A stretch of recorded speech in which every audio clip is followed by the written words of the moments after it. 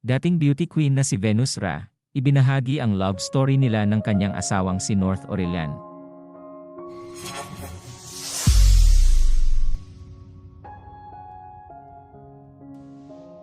Ibinahagi ng dating beauty queen na si Venus Ra, ang tungkol sa love story nila ng kanyang non-showbiz husband na si North Aurelian. Matatanda ang ikinasal sina North at Venus noong ika-12 ng Disyembre taong 2023.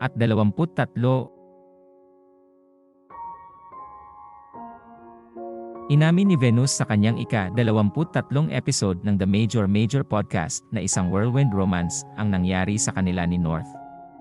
Ayon sa kanya, naging friends sila ni North since 2018 at acquaintances sila sa church.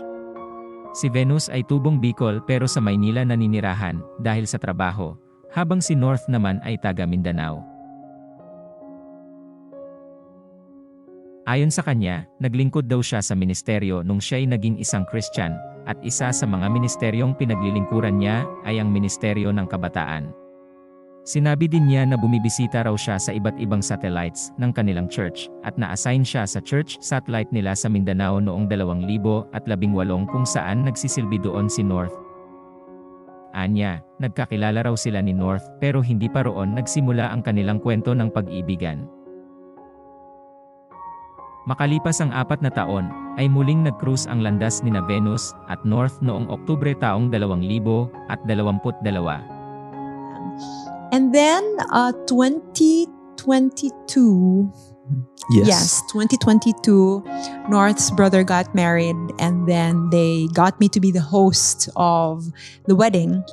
And then si North was the best man and doon parang we just reconnected. Basically, sinama ko yung ate ko kasi yung ate ko yung parang +1 ko. Yeah. And then si North yung sumusundo sa amin. Parang ganun. Chaperone lang. Sumusundo lang, hatid, gano'n. Siyempre, Yeah. best man siya, yun yung role niya. Yes, best man duties. Yes. And then, I think it was during that time when we, started having conversations and, deeper conversation. So, doon na nagsimula. Hanggang after the wedding, nag-continue yung communication na yun. And then, Naging magkarelasyon sina Venus at North 2 buwan pagkatapos ng pagkikita nila sa kasal. Makalipas ang 7 buwan ay nag-propose na si North kay Venus. Ngayong kasal na sina Venus at North, plano na ng mag-asawa na magkaroon na ng anak ngayong taon. But for us as a family, I want to start, and have a baby. yeah. So, we've been praying about this, even until now. And that's definitely something that I look forward to.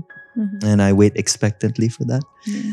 Salamat sa panonood. Huwag kalimutang mag-subscribe sa aming YouTube channel, i-like ang video na ito, at i-turn on ang notification bell.